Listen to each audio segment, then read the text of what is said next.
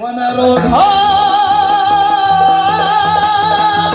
ವಾಣಿ ಹೃದಯ ಬೀದಿ ಪಸುರಗಿನ ಕುಲೇಂದ್ರನು ಕಂಪಿಸಿ ವಶವಿಲ್ಲದಾತವನಿ ಕೊಸಿದಿರನೋ ಒಣಗಿ ಗಂಟಲ ಜಲವು ಕಣ್ಣು ಕತ್ತಲೆ ಕವಿದು ತಣಿಯಲಾರದ ದುಃಖ ಜರದಿಯೇ ಮುಳುಗುತ್ತ ಮಣಿದೇವದೀನನಾಗಿ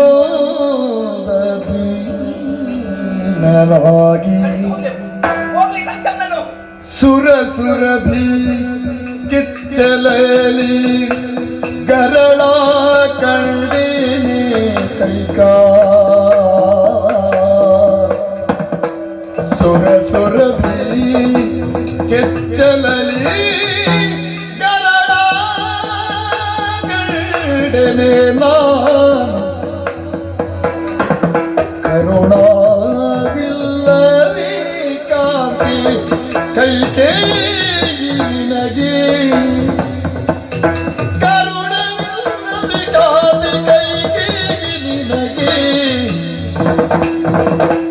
ತರಣಿ ವಂಶದ ದೀಪ ತರಳ ರಾಮನಕ್ಕಾಗಿ ತರಣಿ ವಂಶದ ದೀಪ ತರಳ ರಾಮನಕ್ಕಾಗಿ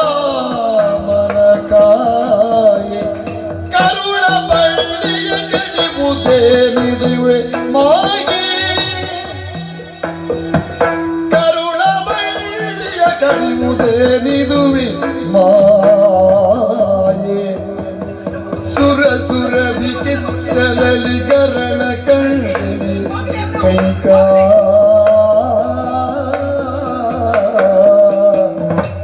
ರಾಮ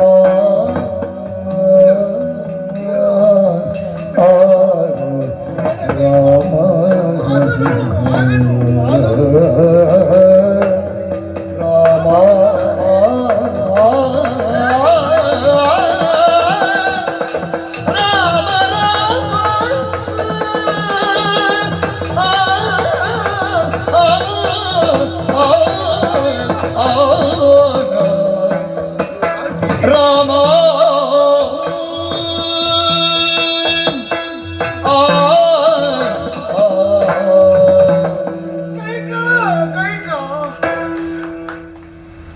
ಇನ್ನೊಂದು ಸಲ ರಾಮ ಕಾಡಿಗೆ ಹೋಗಬೇಕು ಅಂತ ಕೇಳಿ ಬಿಡಬೇಡ. ಸಹಿಸಿಕೊಂಡು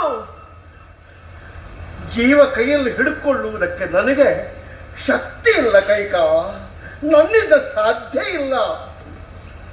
ಏನು ನಿನ್ನ ಸೌಭಾಗ್ಯ ಕಳಚಿ ಬೀಳ್ಬೇಕು ಅಂತ ನಿನಗೆ ಹಠ ಉಂಟೇನೆ.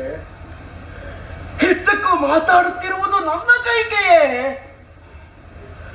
ಮಕ್ಕಳೊಳಗೆ ಭೇದವನ್ನು ತೋರಿಸದೆ 4 ಜನರು ನನ್ನ ಹೆತ್ತ ಮಕ್ಕಳು ಅಂತ ಪ್ರೀತಿಸಿದ ಕೈಕೆ ಸುರ ಸುರಭಿಯ ಕೆಚ್ಚಲಿನಿಂದ ಗರಳ ಉದುರೀತೆ.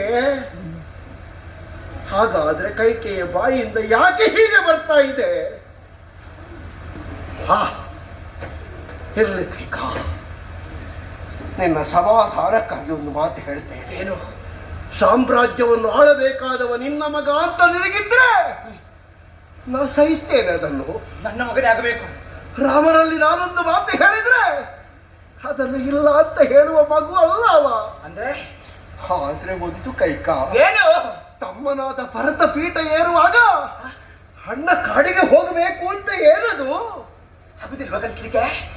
ಮಾತೆತ್ತಿದ್ರೆ ರಾಮ ರಾಮ ರಾಮ ಅಂತ ಹೇಳ್ತಿರಲ್ಲ, ಏನು ರಾಮ ಒಬ್ಬನೇ ನಿಮಗೆ ಮಗನ? ಉಳಿದವರೆಲ್ಲ ನಿಮ್ಮ ಮಕ್ಕಳಲ್ಲವಾ? ಎಲ್ಲ ಮಕ್ಕಳನ್ನು ಸಮಾನ ದೃಷ್ಟಿಯಲ್ಲಿ ಕಾಣಬೇಕಾದಂತ ನೀವು ಯಾಕೆ ಈ ತಾರತಮ್ಯ? ಯಾಕೆ? 3 ಮಂದಿ ಮಕ್ಕಳು ನನ್ನ ಮಕ್ಕಳು. ಆದ್ರೆ ನಿಜಾರ್ಥದಲ್ಲಿ ನನ್ನನ್ನು ಪಿತೃವಾಗಿಸಿದವ ಶ್ರೀರಾಮಚಂದ್ರ.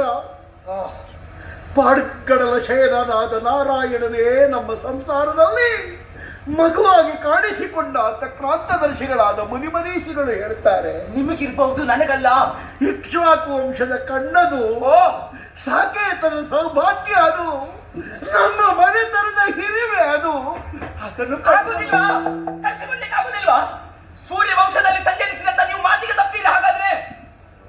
ಮಾತು ನೆರವೇರಿಸ್ತೀರಾ? ಹಾ.